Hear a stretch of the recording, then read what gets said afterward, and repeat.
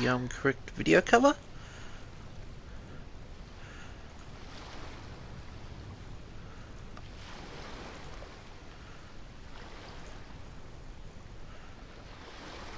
Showing the stream. Yes, we are. Good. Hey everyone, I am Sister Lila, and as you can see, I have the Wave Rider outside of Inazuma. That's because a few interesting things have happened with the game. Now, I am currently putting the cover for the video on the video, so I'll be distracted for half a moment. As usual, please keep the comments civil and appropriate for all ages.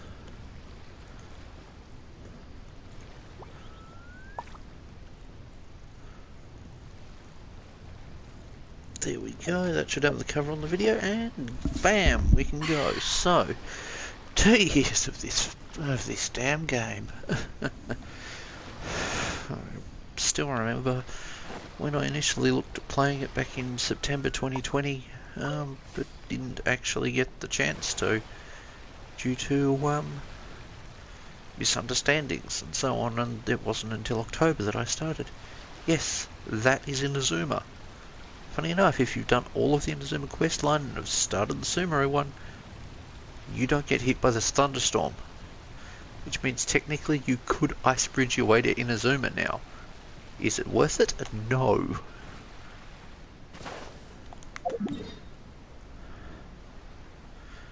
So, in terms of the map, we have the Mondstadt region has been almost fully added. I mean, there's rumoured area up here that's yet to be added in, but that's not confirmed, and the only things you can see are placeholder. We have the Dragonspine region. We have pretty much all of Lewa, unless this area here is Lewa. Before the first anniversary of the game, they started adding in Inazuma and proceeded to add through a good chunk of it, added it through well into last year. And in so doing, they also added in Enkanomiya, which is accessed via one of the islands in Inazuma, which also had a really cool event for it at the beginning of this year. Now, Enkanomiya loves playing with light, so let's just head there and I'll show you. Now, if my voice sounds strange, I apologise. I currently have a tissue in my nose to contain a minor issue of blood. As far as I know, nothing's actually wrong with me, but yeah, these things happen.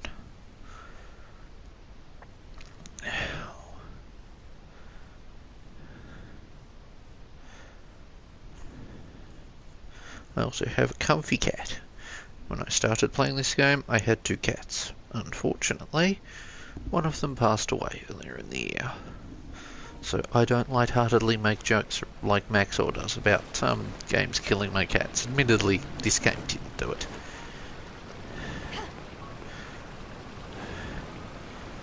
But yeah, that's not a topic for this video, so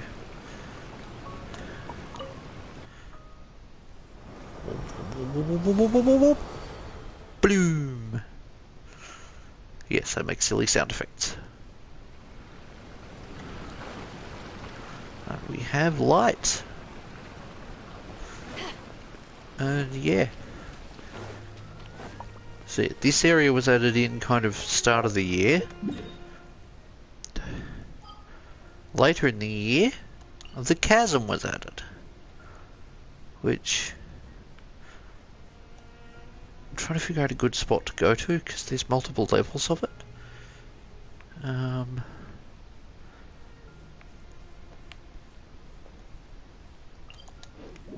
Let's go there. See if that gets us through to the underground tree.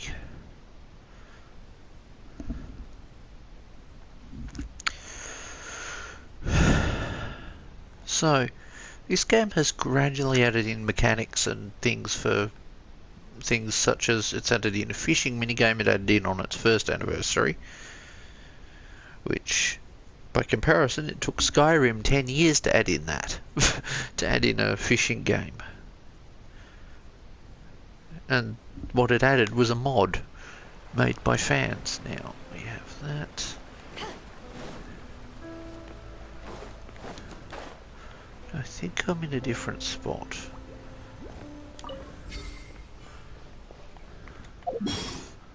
Yeah, I'm not where I want to be, because I want to be here.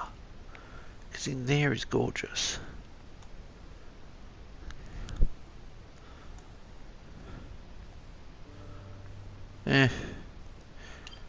I'll just go here.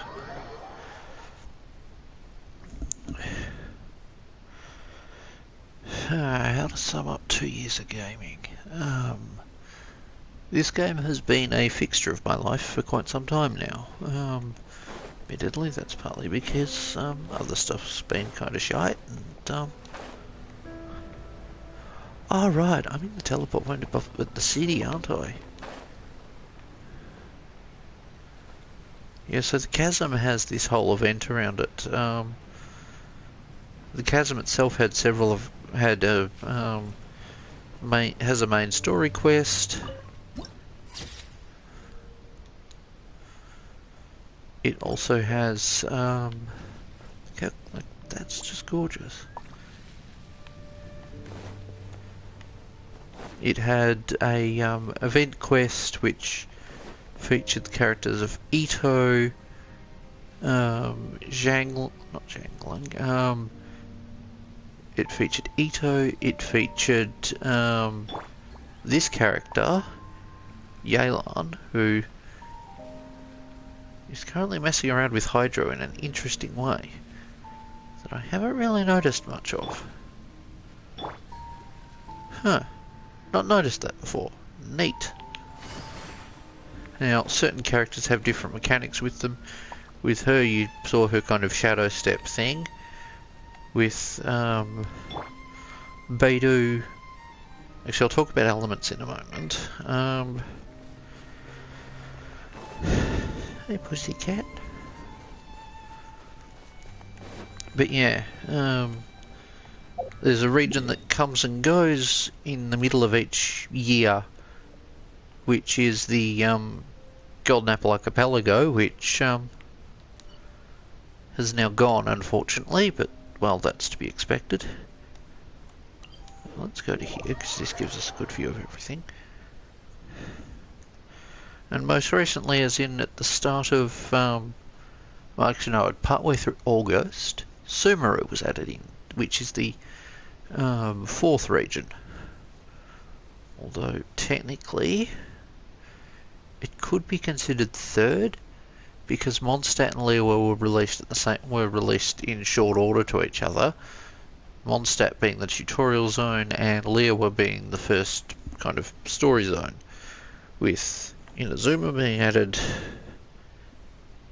in the midway through 2021 and Sumeru being partway added. So Sumeru has part of its story and added in right now, and yeah, the world's lore is dark. Something so happy, something so well lit and happy. There's a lot of darkness in the story. There's many a child who's lost their parent, many a parent who's lost their child, and plenty of storytelling. So yeah, Sumeru is partway added in. Oops, nope, that's the talk to people button. I am playing on console, so a button that I'm used to pressing for map on Elden Ring is a button that brings up the dialogue, the talking button. So we see here, Sumeru basically goes along here. Now the chasm is this section here, and like this whole space, actually no, this space kind of here-ish was added in with the chasm, and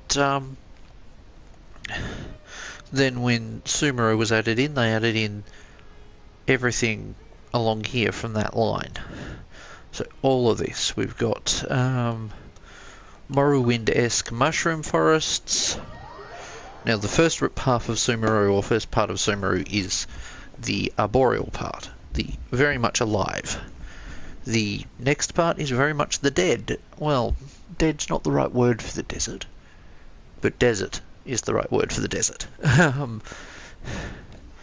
Now, if memory serves, one of the terms for a part of it may be the Merigifari. But, yeah, we have the Morrowind-esque mushroom sections, which are honestly gorgeous, and I'd like to make wargaming terrain inspired off them. And I may well do that at some point, but not right now because, well, life. Just life. But yes, in terms of content, there has been a fair bit of it. There have been periods where it's been a bit light on content. That's partly coincided with world events that have got in the way. As you can see, enemies sometimes just spawn in. Now, in terms of mechanics, one of the ones that was added in early on, has only been used sparingly, is this. The parrying system, which is added through which two characters currently have. Beidou and the Liyue opera singer named Yunjin. Beidou's one is very much if you tap it at the right moment, you'll do devastating counterattack, or you can use it to generate a shield that absorbs damage for a while, which I often do by preference. Now, with Sumeru, with the base game, the elements that were actually added into the game by default were, there was Pyro, Hydro, Electro, Cryo, and Animo. Well, Cryo, Animo, and a Geo. It took until Sumeru being added in 3.1, in 3.0, for them to actually add in Dendro, which is the element of plants, or to make a joke relating to the Lego movie, green. Your power is green. So Dendro has a whole mechanics system for it. Like, every element has interactions. Geo kind of has the most boring interactions because all it really does is generate a shield. Animo and almost every element does something, so Animo and Cryo will generate a swirl reaction sometimes. Animo and Hydro will generate a swirl reaction. Animo and Electro, again. Animo and Dendro don't do that. Animo and Geo don't do that. Honestly, Animo and Geo should produce dust storms, but that's just me.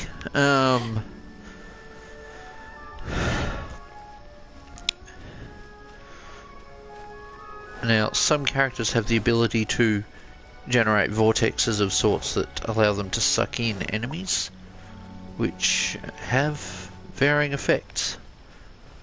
Now, just look at that. How gorgeous is that? Nope. I had the wrong thing. I'm used to cameras. I had the camera active because I used it to take photos before. Now, Dendro in Sumeru has varying effects relating to the environment.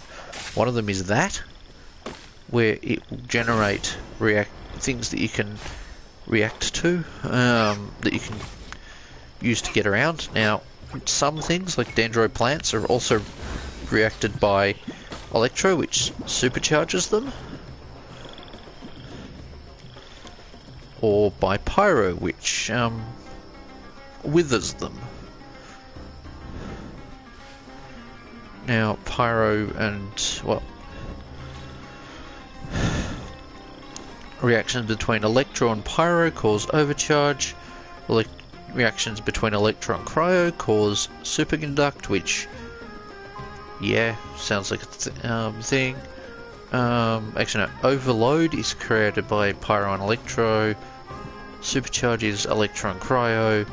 Overcharge is Electro and Hydro. Crystallize is Geo and everything. And yeah, there's Dendro is Swirl. Not Dendro, Animo and Electro is just Swirl.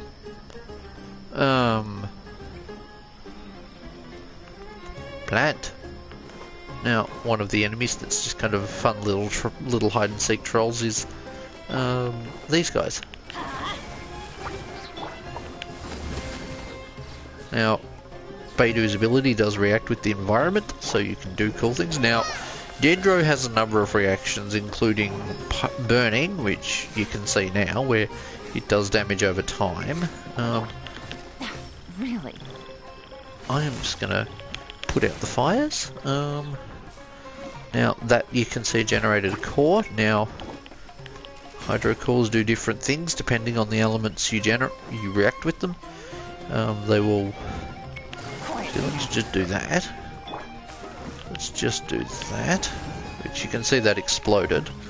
So, Electro will generate, hitting with Electro will then proceed to send a core at an enemy. There is also a reaction with Hydro that I keep forgetting about. Oh boy, is there a lot of things to pick up in this world. Now, the core gameplay loop, as far as I can really tell with this, is exploring and leveling up characters. Hey, we have 4 people on the stream right now. That's good. Welcome to the video, peoples. Oh, I'm about to drown. Yes. There is a stamina management system. If you are gliding and you run out of stamina, you will fall. If you are now, stamina isn't affected. Stamina does not affect things like that. But those jump lines were added in with this region. They aren't a Dendro exclusive thing. You don't need to have a Dendro character in your party to use them. But yeah, Dendro certainly does help. Having a Dendro character in the game does help when you're travelling around. Now, that should be the fishing point. Now, in terms of weapons, there are varying grades of weapons which can be upgraded to different points. I can actually fish. Oh, it's the good fish. It's the red fish. Hunt for Red October shall begin. Hey, pussycat. Yeah.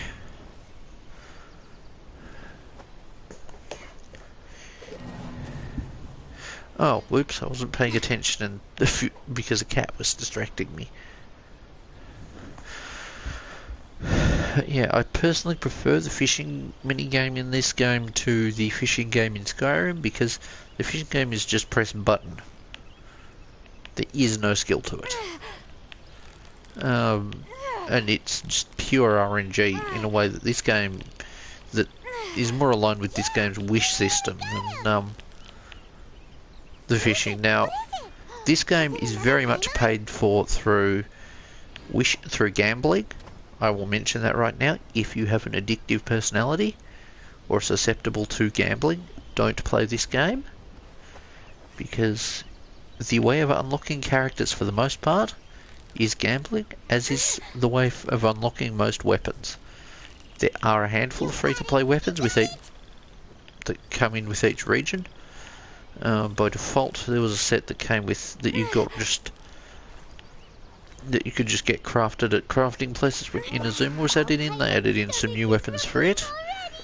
When Sumera was added in, they've also added in weapons that you can make for this region that are unlocked through quests, as was some of the weapons for Inazuma were quest, others were locked behind RNG for randomized mechanics that had you potential. Like, there are people who probably still haven't found the schematic for the weapon for the, I think it was a bow that you get from harvesting conch, from handing in 3 conch and getting to check one chest. You can only check the chest once a day. That was a tough fight. Yeah, that was not a way I like unlocking weapons. I mean, I don't like having to gamble to unlock weapons, let's be real. I'd much rather do quests. But I mean, on one hand, this game has to make money. On the other hand, they really haven't gone in hard on the skins. Like, currently, let's just go to shop for a moment. Yes, that's going to show my Primo Gem. Oh no, it's not going to show my Primo Gems. Nice. Here's the current skins we have for the game. That is nothing. Not compared to many other games that I know of. Like, I don't play most gacha games. But I know most of them tend to have other skins. I've seen the amount of skins Fate has. But yeah, we have, whenever there's a 5-star skin released, a skin for a 4-star character will be released alongside it. So most recently we had D-Luke and Fischl. At the start of the year, we had Keqing and Ningguang. And then last year, during the first Golden Apple Archipelago event, or I think it was Summertime Odyssey, which was essentially the beach episode, beach episode of an anime but for gaming, was added in. It added in a beachy outfit for Jean and for Barbara. Now Barbara's one is very much a sailor suit swimsuit, whereas Jean's is just kind of a casual warm weather outfit. It's just kind of shorts and a lightweight top. I mean, compared to a normal outfit, that's certainly something. And then there's D-Luxe, which costs more than everything else in here. Like, it costs way too much. It does come with custom animations, but it's too much, in my opinion. That's the cost of a game, because, like, to actually buy crystals, yeah, to actually unlock his outfit, you're looking at spending $40. You're spending $50 to unlock his outfit. That's insane. Although with the crystal top up, you're probably just spending $25. But it's still ridiculous. That's a ridiculous amount of money for a skin. But I am surprised they haven't gone ham on the skins. Like, we have no Inazuma character skins.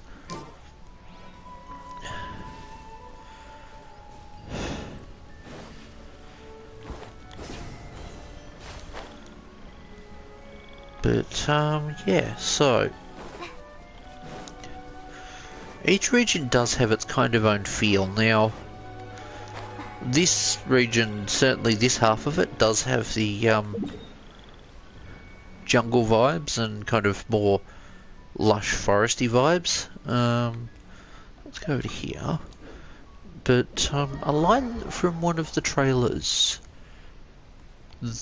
what is it? The bones of long past battles are buried deep in the earth, laying deep in the earth, are a reminder that that throne in the sky is not for you. It's not for you. Or something to that effect. Now we see big pilotable robot. You do go in here as part of the main side secondary quest of the region. Now the character here I am playing is Collie. This game, before it was released, had a manga come out for it. I think they might have added a few more chapters since. She was a character that featured prominently in the earlier part of it, as she was a character who had been experimented on by a group called the Fatui, and had been the victim of many a horrible, torturous experiment which has left her with PTSD by a particular member of the Fatui called El Dottore, or the Doctor. I despise that he's called the Doctor, given I'm a Doctor Who fan. Mind you, I haven't watched anywhere near enough of Doctor Who. I liked Jodie Whittaker, but it just coincided with me not having a TV with aerial connection. I keep forgetting to watch things on streaming services. The heck is that? Oh well, I hear outside noises. There's many a ruined guard or ancient robot enemy. I'm kiting this one so as to not trigger him, because You get too close and his proximity sensor will activate and he will go to fight you.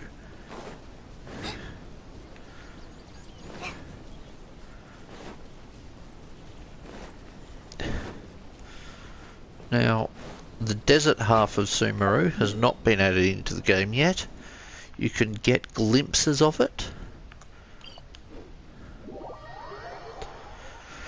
from certain parts of the map. It will be added in, as far as I can tell, with the next patch, which is 3.1, which comes out in a few days. I wanted to do this video now to talk about the game in its current state, where I'd had the chance to explore basically everything that had come out. See, we see kind of a good chunk of Sumeru, and we see the chasm over there. The chasm basically was happened because a meteorite collided with Lewa. We have this area here, and I'm kiting around it because I don't want to fight the enemies. I'm also aware that there is a light barrier that you can see is activating, which is taking great offense to my, because the game does not like me being here. I get too close and it will forcibly, and Paimon will forcibly push me back.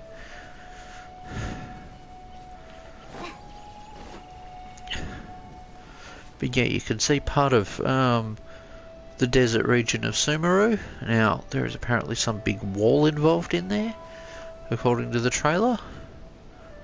But yeah, you can see a lot of desert. There is a pyramid there with a floating pyramid above it and some kind of vortex. There is apparently a droid in there, a big one of the mech suit that we saw a moment ago, somewhere in here, according to the trailers. There's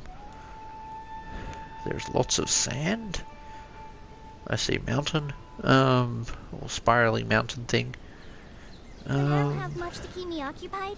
Old thought patterns start to creep back Hello, in. colleague. Talking about your trauma. About it, the flashbacks start. Ah, climbing. Yes, there is plenty of climbing.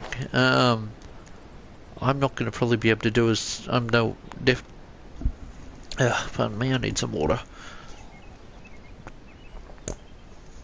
I'm not going to be able to do as concise a version of this game, summarising this game as the basically guy does with who did the basically Genshin Impact, which was very much a silly parody, but also talking fairly about the game.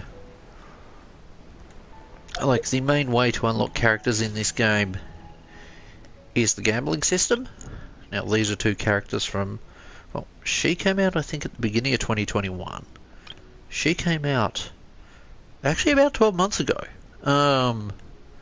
We have the weapons banner, which was a more recent thing. I think they started doing that last year. Otherwise, you had to wish on a character's banner and hope for the weapon. Then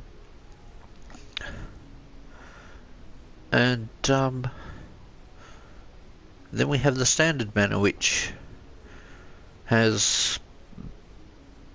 Oh, come on. We have Mona, we have Ketching, Chi-Chi, D-Luke, Jean, and Tainari as the 5-star characters on it. There's a selection of 5-star weapons. Basically every 4-star character, unless they've suddenly changed how they do things, is on there, as is pretty much every 4-star weapon as far as I can tell. You will also end up with a lot of 3-star weapons, 2-star weapons, and 1-star weapons. Or will you? I think you get 1-star weapons from it. But actually no, I don't think you do. You normally just end up with 1-star weapons through, because every character will by default come with a 1-star version of their weapon. So, swords, that's the dull blade. Claymores, that's the, I'm running a blank. You know what? Instead of questioning it,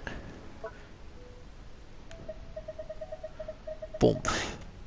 So yeah, we have the Westar Greatsword, which, funny enough, if you follow cosplayers, Kinpatsu cosplay, I think it was it Kinpatsu that did, I think it was Kinpatsu back in 2020 before the game released, made a prop of this. And at some point I will be making a prop of it because it'll be an easy enough thing to transport. We also have the beginner's Protector, which is a basic spear. We have Apprentice Notes, which is a mage's book, and Hunter's Bow, which is the basic bow for all characters that it comes with by default. Now, not every character wields a weapon of the same category as them. D-Luke, despite being a 5-star, often... Can I find it here, or have I accidentally recycled it? No, that's not it. During the earlier during the earlier story, he wields a 3-star claymore, which is red. Now, the Traveller's Handy Sword, I think I've seen in Bennett's hands. Here it is. We see here the Bloodstained Claymore. This weapon is often wielded by DeLuke in earlier game cutscenes, and I think some of the later ones. He also does now and then wield the Favonius Greatsword, which is a pretty good sword to use. Every weapon has its own thing. Some weapons, like this one was unlocked through doing a long quest line in Sumeru, whereas this one is exclusive to an event that is long gone. That's a problem. This game does have a not so much a problem of event exclusive weapons. Like this one. That one. Wait. Yeah, that's one that you can get through quests. Now.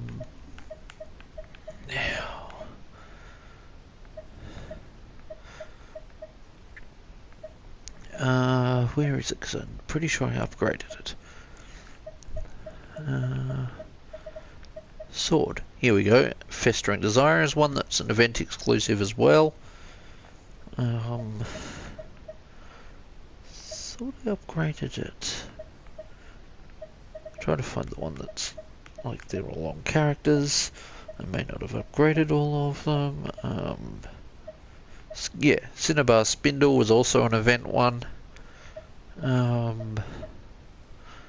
Yeah, there's also weapons like this one which are unlocked through the Battle Pass system. If you pay for the Battle Pass. Now there are two ways of doing that. You either buy the whole thing outright in one go, or you level it up and then just pay for it at the end, which is honestly the cheaper version. Still don't like that you're paying for stuff. That you're paying for it, but well. There are plenty of different types of enemies in this game. There will no doubt be more, ranging from semi-sentient aggressive plants through to technological relics of a bygone era, including various Ruin Drake, Ruin Guard variants, including the Ruin Hunters that we see down there, which are aggressive multi-limbed robots. There's bands of roaming angry peoples in the form of the Treasure Hoarders, and the Amorites, which Amorites are for this region. There's also the Fatui, and their various shock troopers that are around. All focus on different elements. And for the military and diplomat force of the Ice Nation, have a lot of folks that don't use cryo. Only a handful of folks from that region use cryo, and one of them was a character who doesn't exactly make it through the entire storyline. She's also an enemy, so she doesn't exactly last very long in that storyline, although she did last quite some time. And every character has backstories. I think that's certainly worth saying with some characters more than others is don't necessarily assume that a character is the bad guy just because you fought them earlier on. Base it more off their actions. Good example is La Signora, a character that you meet very early on. You meet her near the end, pretty much at the end of the Mondstadt quest line, where she basically straight up assaults the Archon and takes his Gnosis, which are chess piece shaped power tools that grant funky elemental powers and are tied in with some bigger narrative that feels almost a bit No Game No Life-ish. No, I'm not. and you really don't want to try it. Hilly churls! There is also, yeah, Take it easy. the hilly churls and their various versions. Hilly churls are a race of beings that were mutated by the gods because their nation was in a war with the gods now.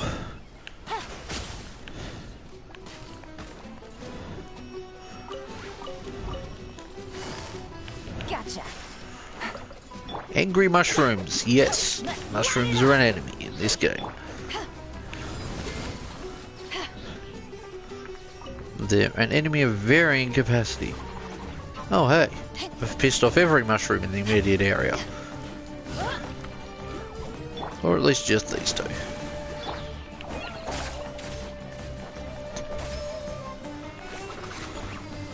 With the power of green.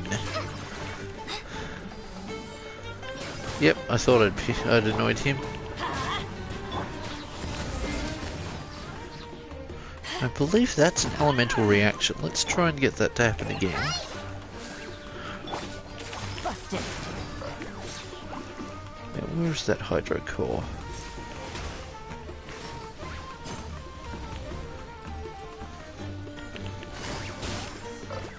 Now, I do reckon that's probably an elemental reaction because it's happened enough times to me.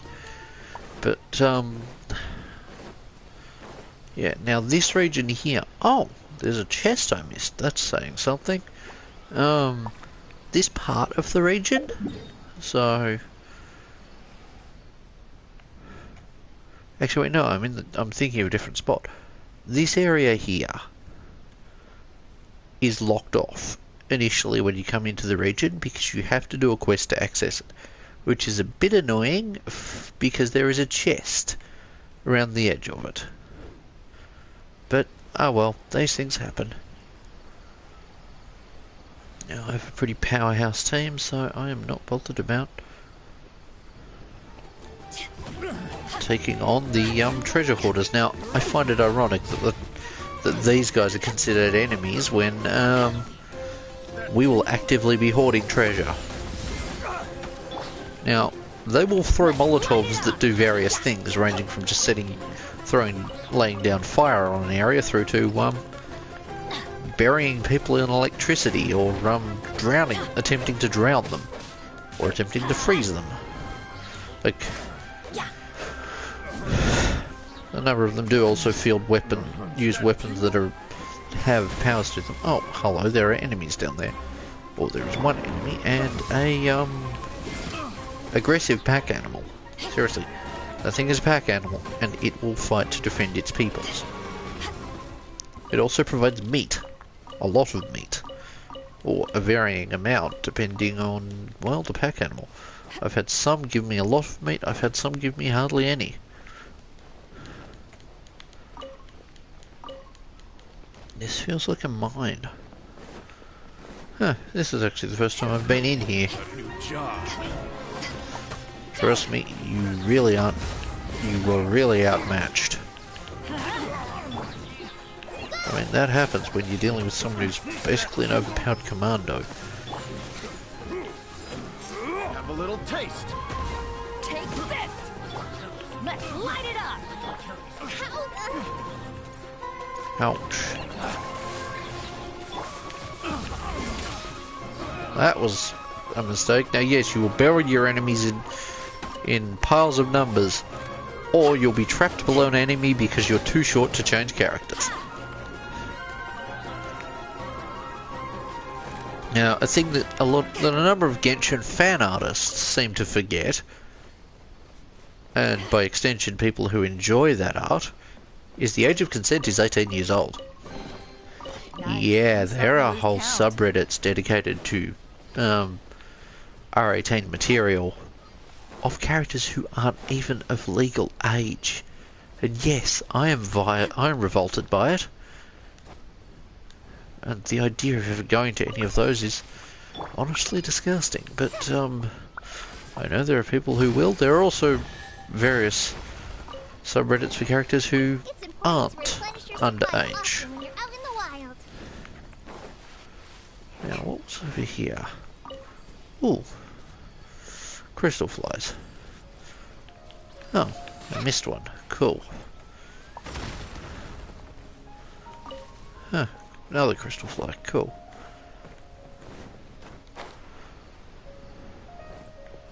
Now, from the design of the world here, it is very clear that they're hinting at they're alluding to quite potent past battles. And I mean, there's been many in the lore, ranging from wars with the nation of Carnria to well, a war between various wars between various gods, war between Carnria and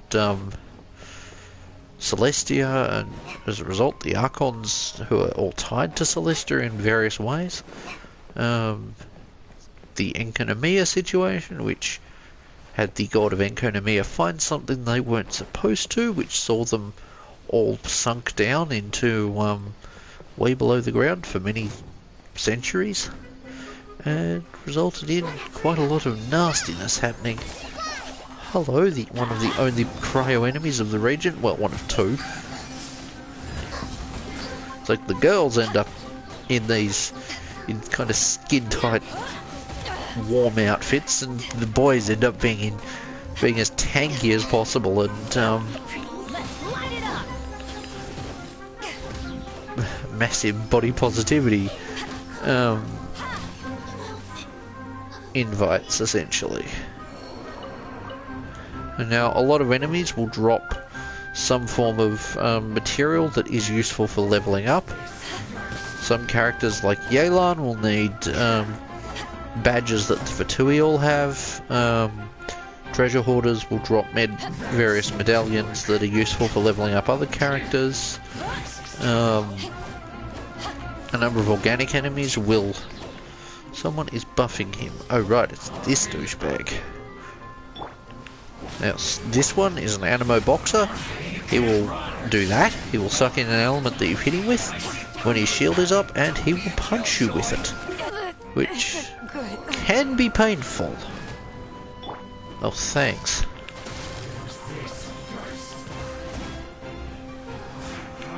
You can't run. Well, neither can I. Says the guy who immediately proceeds to run fast. Now, you don't have to do elemental damage unless you're using a catalyst character. And you can build characters to actually be full physical damage focused, or mixed elemental and melee damage, or just straight up melee damage. Oops. Now, there's also a manner of gear that you get. Now, sometimes there's timed gear, which you'll get for a certain period of time. Other times you'll get gear through crafting or through quests. Mostly through quests. Certain things, such as Sealies, well, such as pets, essentially, which is, you've got three, there is now, you can have now, well, you can't now, they're limited time events. Basically, limited time events will give you pets. Annoyingly, you can't have Paimon as a pet, which is a shame because I want her as a pet. People have managed to glitch it, so they've got Paimon. Thing is, the game's admins really don't like you making use of glitches. It's funny, enemies don't. They don't mind it when the enemy uses glitches, but when you use them, when the AI uses glitches, they don't care. When the player does, you are potentially going to get banned. It's also worth mentioning, be wary of what you say in the chat in-game, because if it violates rules that the company has to adhere to, the company will straight up ban your account. It doesn't matter what country you are in. Mahoyo are not bound by the US's First or Second Amendment, whichever amendment it is that covers free speech. They are not bound by it, meaning they can straight up just ignore your freedom of speech because you said something that violated their TOS. You know, kind of like Facebook pretends to do most of the time will only really enforce when you do something completely wrong. Oh, I thought it was something else entirely. We have this guy here who... Ouch. Ow. Everybody stand back! These guys can be fun. Or a pain. One of the two. Really depends on how you've built your characters are built and how experienced you are in dealing with them. Now, sometimes Beidou's move will stagger enemies. Some elemental skills or bursts will also stagger enemies. You can also use some bursts and elemental skills to dodge, to prevent enemy attacks from hurting you. And you can use some bursts like Beidou's, some elemental skills like Beidou's to just straight up destroy an enemy. Now what was that? I'm sure there was something here that... Did I miss something?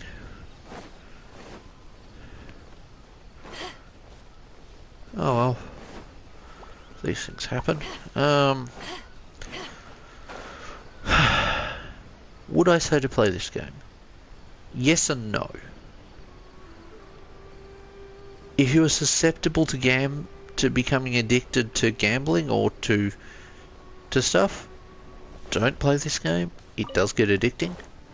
I mean, if you're a Warhammer player, you're on the fence immediately, let's be real. Warhammer players are all addicted to spending money on little plastic figures, or money on a 3D printer to 3D print lots and lots of little plastic figures, which they will all hoard. Oh, hello. Sometimes friendly, sometimes hostile enemy. Or frenemy. Who are a free source of meat. Just a big improvement over Mondstadt, where none of the enemies that you... In Mondstadt, Inazuma and Leowa, basically none of the normal enemies would drop meat. It was only ever things that you hunted. Oh, hello, a chest. Yes, chests are something you hunt for in this game. Oh, hey, NPCs who are playing a children's card game. Yes, that is a Yu-Gi-Oh reference. Or should I say a Yu-Gi-Oh abridged reference. Good on you, little Karibo and Team 4-Star. Quietly now. Or Team Unlimited, I think, now.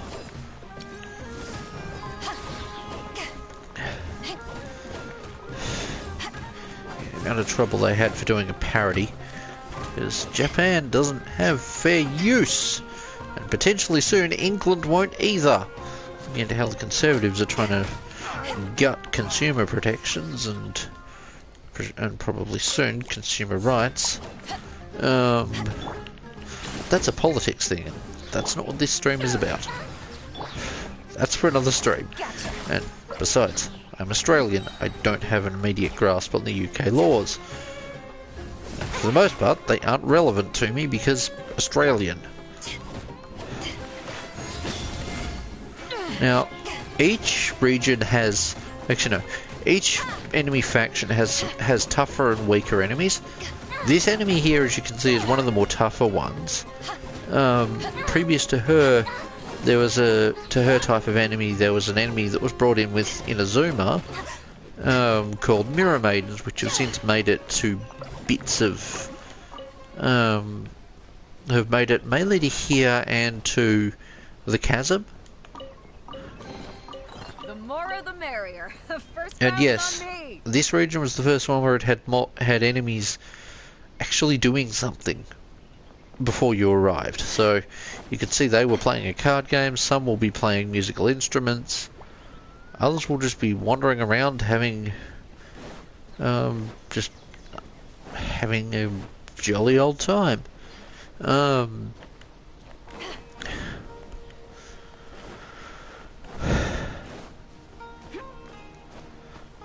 There is a lot to do in this game as a new player, so depending on how heavily you play the game, if you are to jump into the game now, you will have a decent amount to keep you busy for quite some time.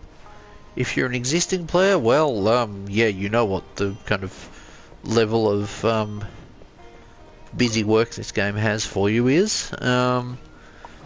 I've basically done most things in this game so far. So, is there jumping mushrooms there? No. Now, this being a gacha game, there are a number of ways of earning the currency used to buy the things you use to gamble, because of course, to avoid gambling laws, they use secondary currencies. The primary currency used to pay to buy the two types of gambling are primo gems, which are earned through gameplay or purchased by converting another type of resource into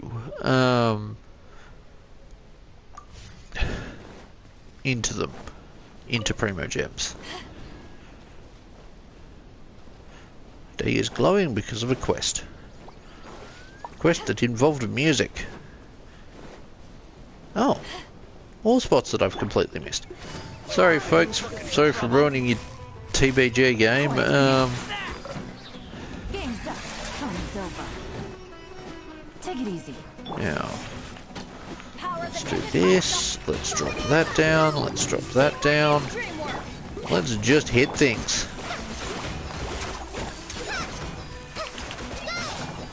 She's the only one left, really.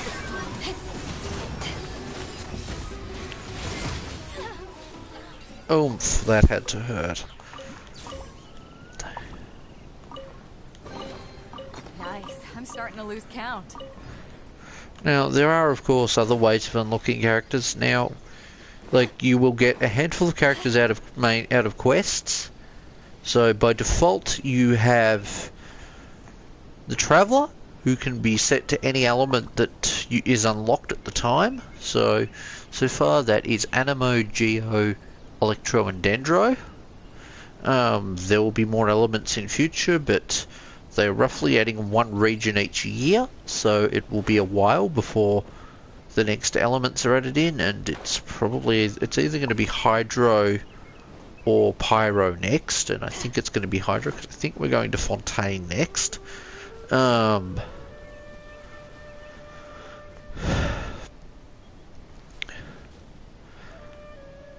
Okay, where was I at? Yeah, Hydro because we're going to Fontaine. But yeah, elements in terms of characters. At the start of the game, you first get Amber, who is Pyro. Then you get Kaya, who is Cryo. Then you get Lisa, who is Electro.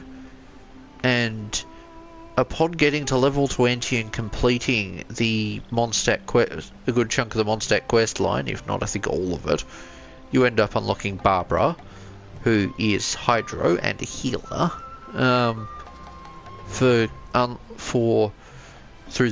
You'll also unlock, after getting partway through the Mondstadt quest line, you'll end up actually unlocking the wish system. There is a banner system on there that you will get characters from.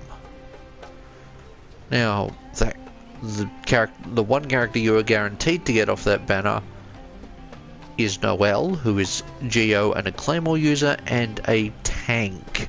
She is a carry unit. She will, I'm going to say right now, if you prefer fighting in close combat, she will carry you for the game. Pile of leaves. Aggressive fungus. Yes, I'm saying that right. They are aggressive fungus.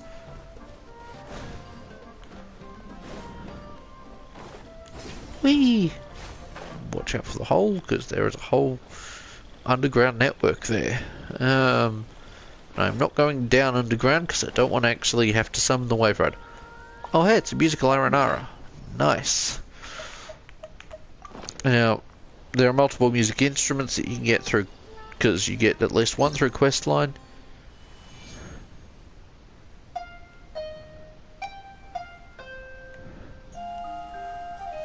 Now, I have not got much in the way of musical talent, so don't expect me to play anything. Hello, little cute thing. Like, they are so cute.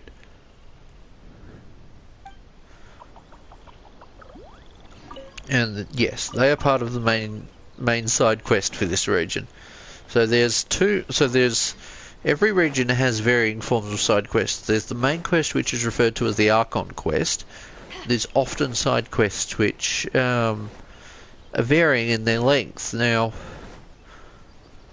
there is an entire region side quest. The entire Enkonomiya side quest, or the entire Enkonomiya quest line, is a side quest. You don't have to do it. You can completely ignore it, as far as I know. It's a bit like a lot of bosses in Elden Ring. You can completely ignore them and take on other bosses. Now, meanwhile, there's me, who's kind of the opinion of I want to fight most of them for the sake of completionism and for the sake of seeing what they're like, and oh boy, it's some hard. On the subject of bosses, there are a lot.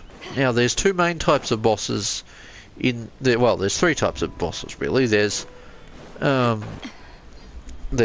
basic level up bosses, which now I have how much resin left? Cool, I have 45 resin. So, do I need anything from that boss? I don't think I do. Actually, let's just go back to a starter region one.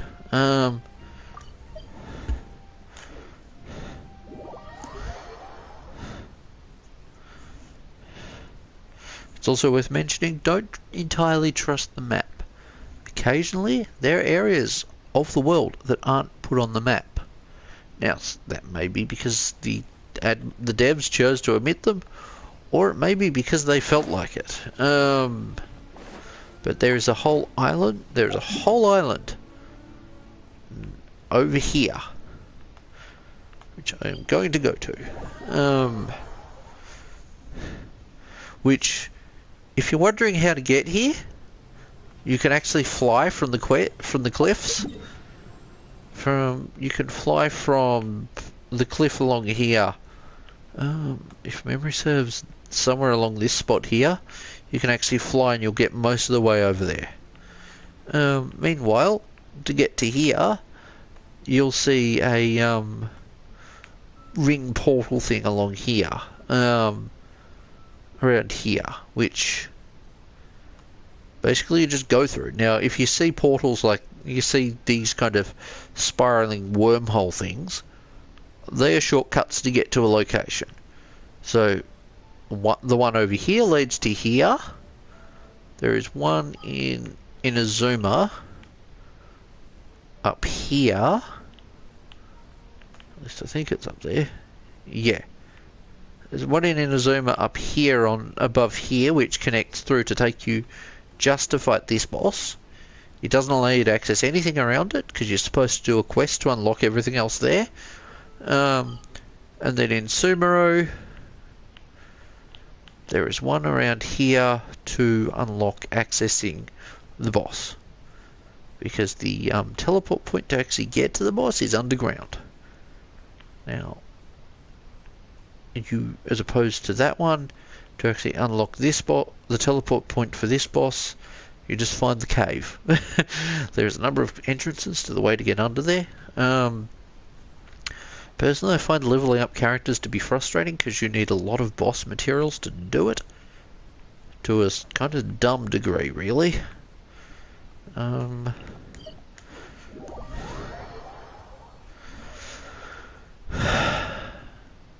Like, character leveling takes too long.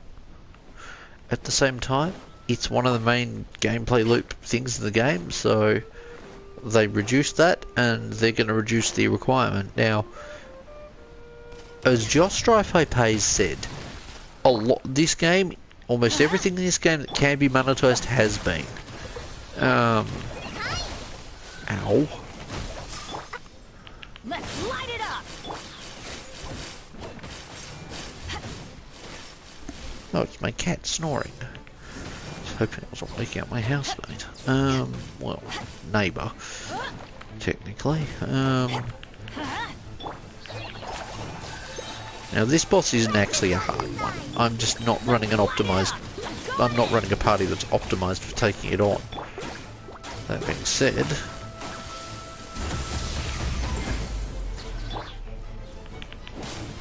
There we go. That's down, and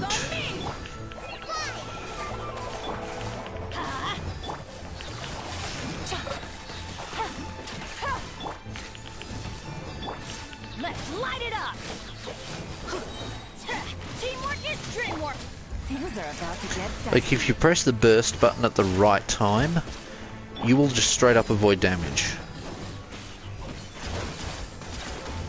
And a lot of enemies, especially the starter region ones, well actually no, not necessarily all the starter region ones, but certain enemies like the Regisfine are not immune to their own element. All of the cubes. So yeah, bosses are basically divided into three categories. There's the standard materials ones, which you can fight as many times in a week as you want. There's also weekly ones, which usually are unlocked through a quest. And then there's then there's character bosses. Then there's repeatable story bosses, who usually are also who are all pretty much once a week. Now, some of them you can fight more than one time a week, but you'll only ever get materials from them once a week, such as when you fight Storm Terror, or fight the Wolf. Now, the Wolf is unlocked through a quest as well.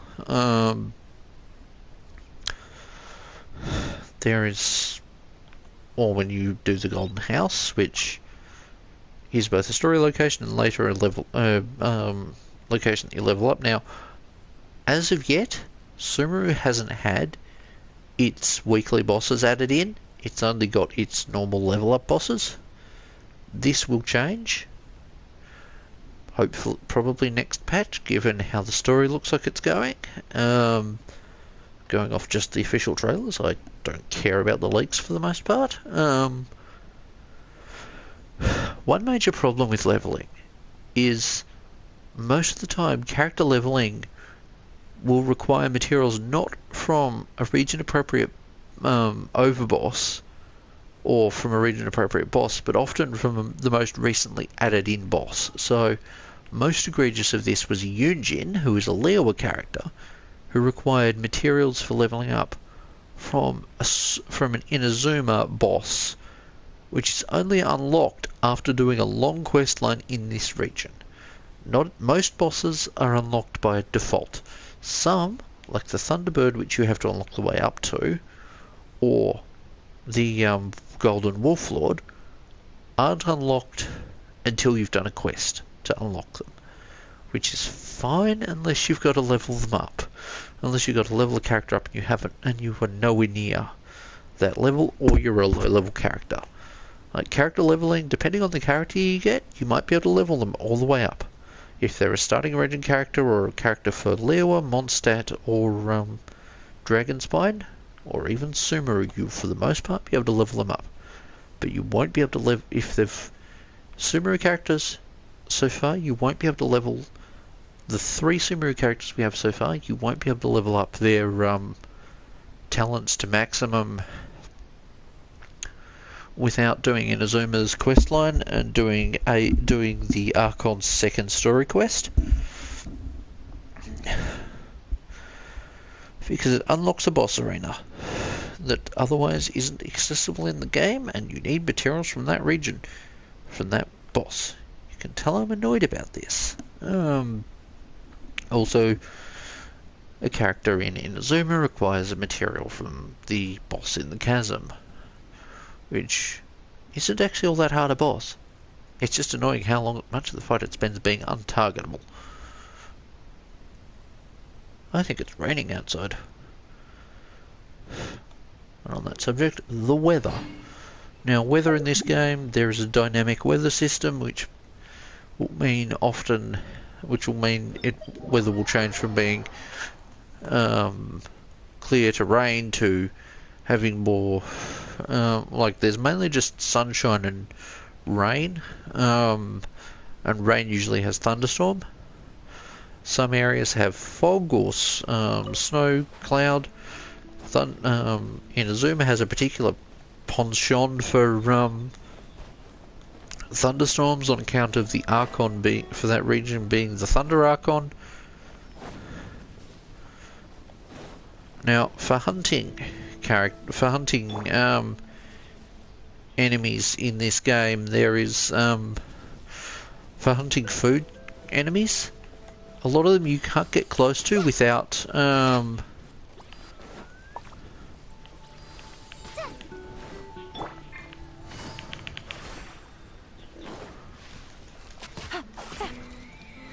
without them running away from you, unless you have a certain characters. Now, the character to do it is a character that, unless she gets pulled out of the game later on, is a character that you get for free above level 25. This game's only character collaboration so far is with Horizon, with the Horizon games, or particularly Horizon Zero Dawn and Forbidden West, and it adds Aloy into the game. Now, this was probably on Sony's demand. So a lot of people don't particularly like Aloy's inclusion in the game because they feel like Sony forced it. And given there isn't a proper quest to actually introduce her, the only kind of introduction Aloy has in the game is a web event. It kind of sucks, because Aloy would be the perfect character to have us meet up with and help us with fighting some of the bosses, particularly the robot bosses. Because, I mean, hunting machines is her thing. It's what she does best. I mean, the machines in this world are kind of as tanky as the machines in hers. Except instead of in her world where missile launchers are a thing, and instead in this world there's elemental powers that deal even more damage than missile launchers. Let's be real. Now, if you ambush them, you can actually get food from locations, from otherwise passive enemies. But otherwise, if you get close, they will run away. The heck was that? Oh, it must be a bow.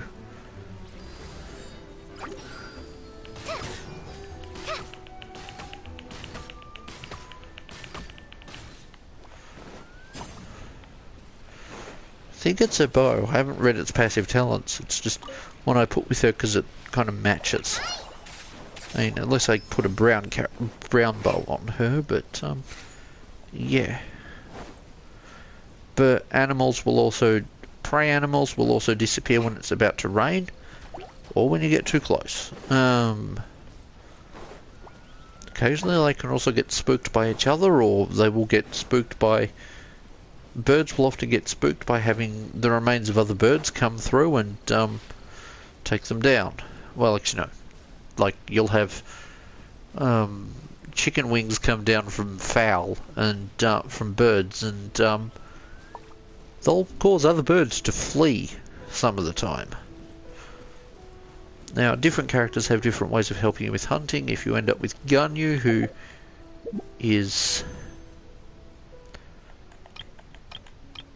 This character, her charge shot is essentially a frag blast, so it will kill a number of enemies at once. It will destroy a number of birds at once, and will make hunting birds easier. Alternatively, use Aloy and have an Animo character in your party, or Beidou.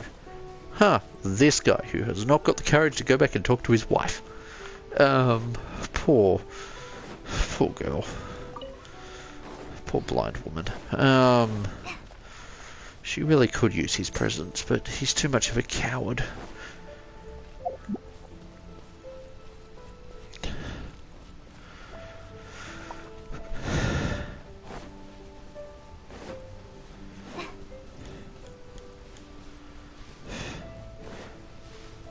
I'm more than happy to bring Collie back to Mondstadt, especially given some of the time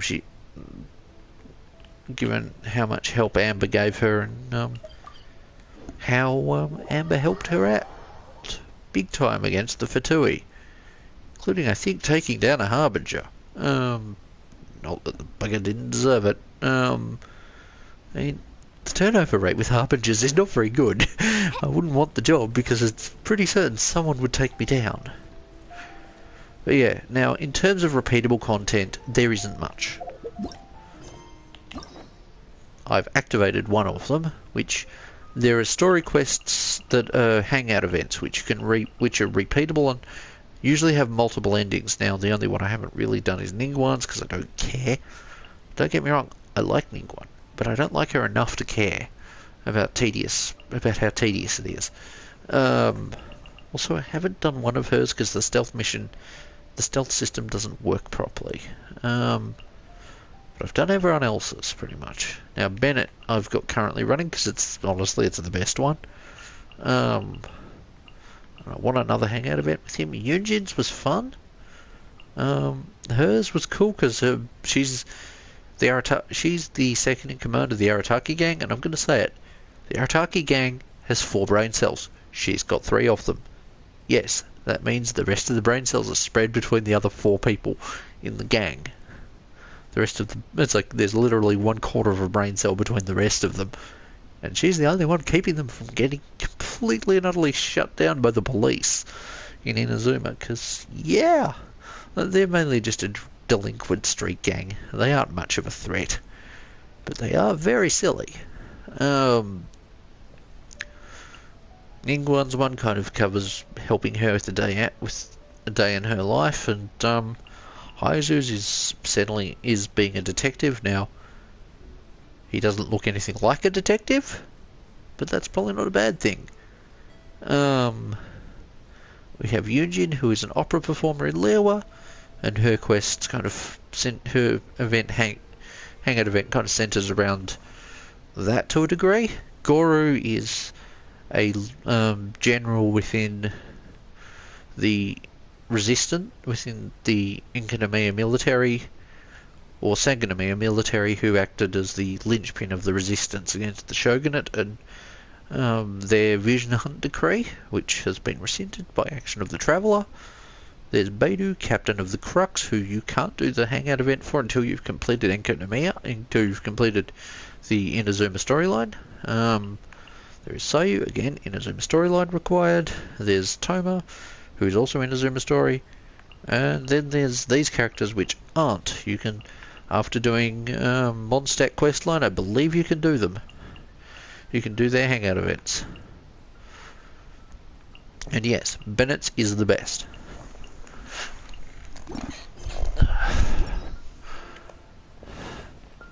Also, the hangout events are voiced, which is a nice change. Didn't think I'd be running into you here. How are your adventures going lately? Did you come here to get a new commission from Catherine, or to get paid? And where are you going after this? Bet you've got a really exciting adventure lined up, huh? Oh, I'm talking too much, aren't I? Bennett, the burningly positive, unlucky adventurer. Each element seems to reflect on a character's personality. And, maybe a little... Of course! You're the mysterious traveler, the hero who quelled the Star crisis, and the leader of your own adventure. At least he didn't say mysterious stranger, because then it'd be a KOTOR reference. I'm totally... Yeah. Word's been spreading in adventurer circles I mean, for a long time you are now. part of my adventurer team. I keep you on it because you're really good. It might look like you're just handling a bunch of boring commissions, but then, as soon as... Anyway, I just really envy you. You're sort of like the protagonist of this world or something. That's a fourth wall moment. Me, on the other hand, I'm just some unlucky guy. Oh, you are incredibly unlucky. Never mind. I shouldn't get all down in the dumps in front of... Speaking of which, when you go adventuring later, can I come and watch? Maybe you don't know. I'm a really unlucky person to have around. I don't care. If you brought me along on an adventure, you being unlucky doesn't matter. Probably just screw everything up. I don't want to get you into any trouble. So, really? I didn't mishear you, did I? We're going. You mean go adventure with you? Just like we do if I was on your adventure team? Wow, I never thought I'd get an opportunity like this.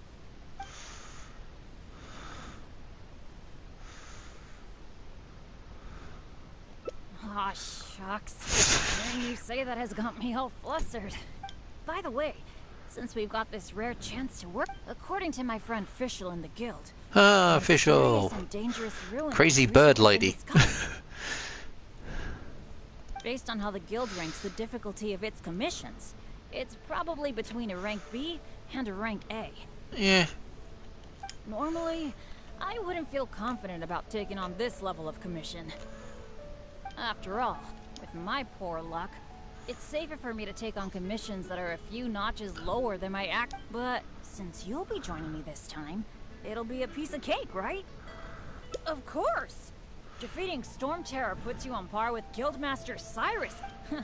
I want By to the see way, Cyrus in a fight. This ruin might be a dangerous one, but that usually Also, means there'll be some great treasure hidden Cyrus, inside. I can't when you look at wait. him, very much feels like a reference to the Blood Ravens Scoutmaster or veteran Scout Sergeant from Dawn of War 2 by the same name, right down to the Do you usually make some food before you set out on monocle an that adventure? this Cyrus has that kind of feels representative of Dawn of War Cyrus's augmetic.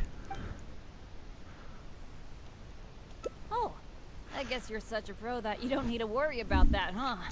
No, it's just your bad luck means you'll probably mess something up by accident. And it's better to be impulsive than to Now what are we waiting for? do things in a way that'll get you in trouble.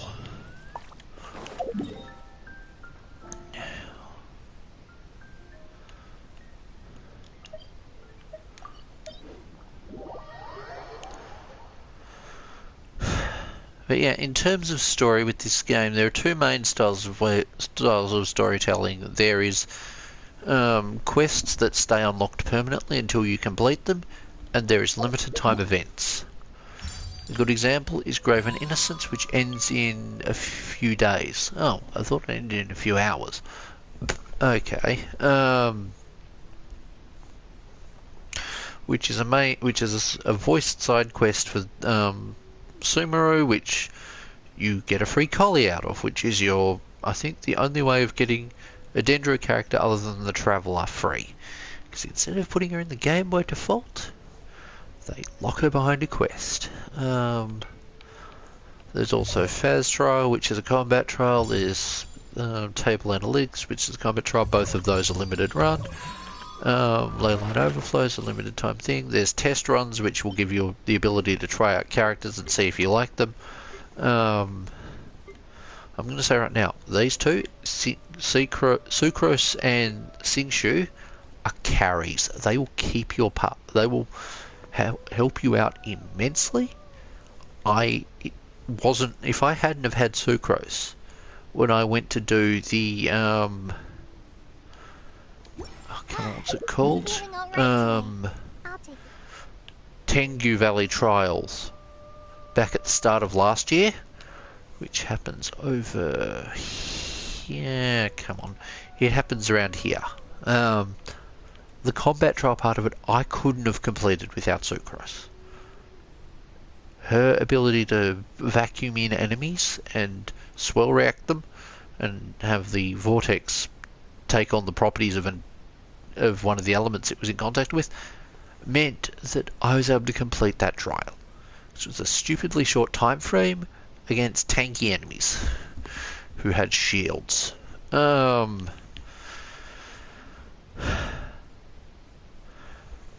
But yeah, in terms of repeatable stories, there's the Hangout events, which I've started the Bennett one, and then there's the Spiral Abyss, which is a challenge domain system which gets progressively harder as you go along, and yeah, I haven't completed it.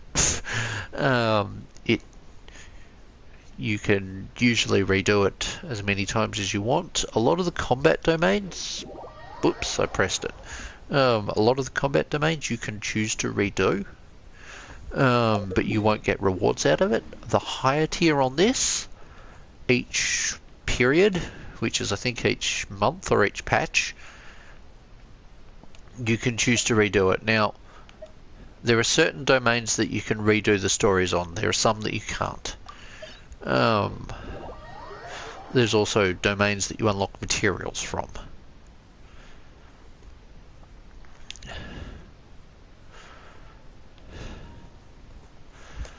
But yeah, and yes, Dragonspine is a gorgeous location.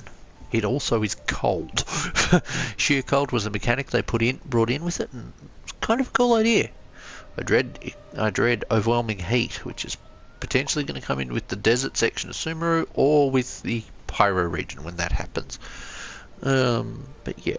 Anyway, I've talked on long enough about this game. Much to keep me occupied? Would I say to play this game in 2022? Yes.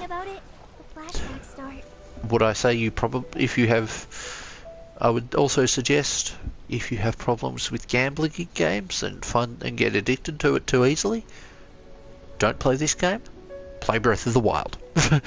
This game isn't a Breath of the Wild. Well, it is partially a Breath of the Wild clone in some respects because it takes, certainly the art style is inspired by elements of the game, but things like the gliding system, while there is the stamina management side of it could be considered a Breath of the Wild copy, gliding in itself has been in video games for 20 plus years.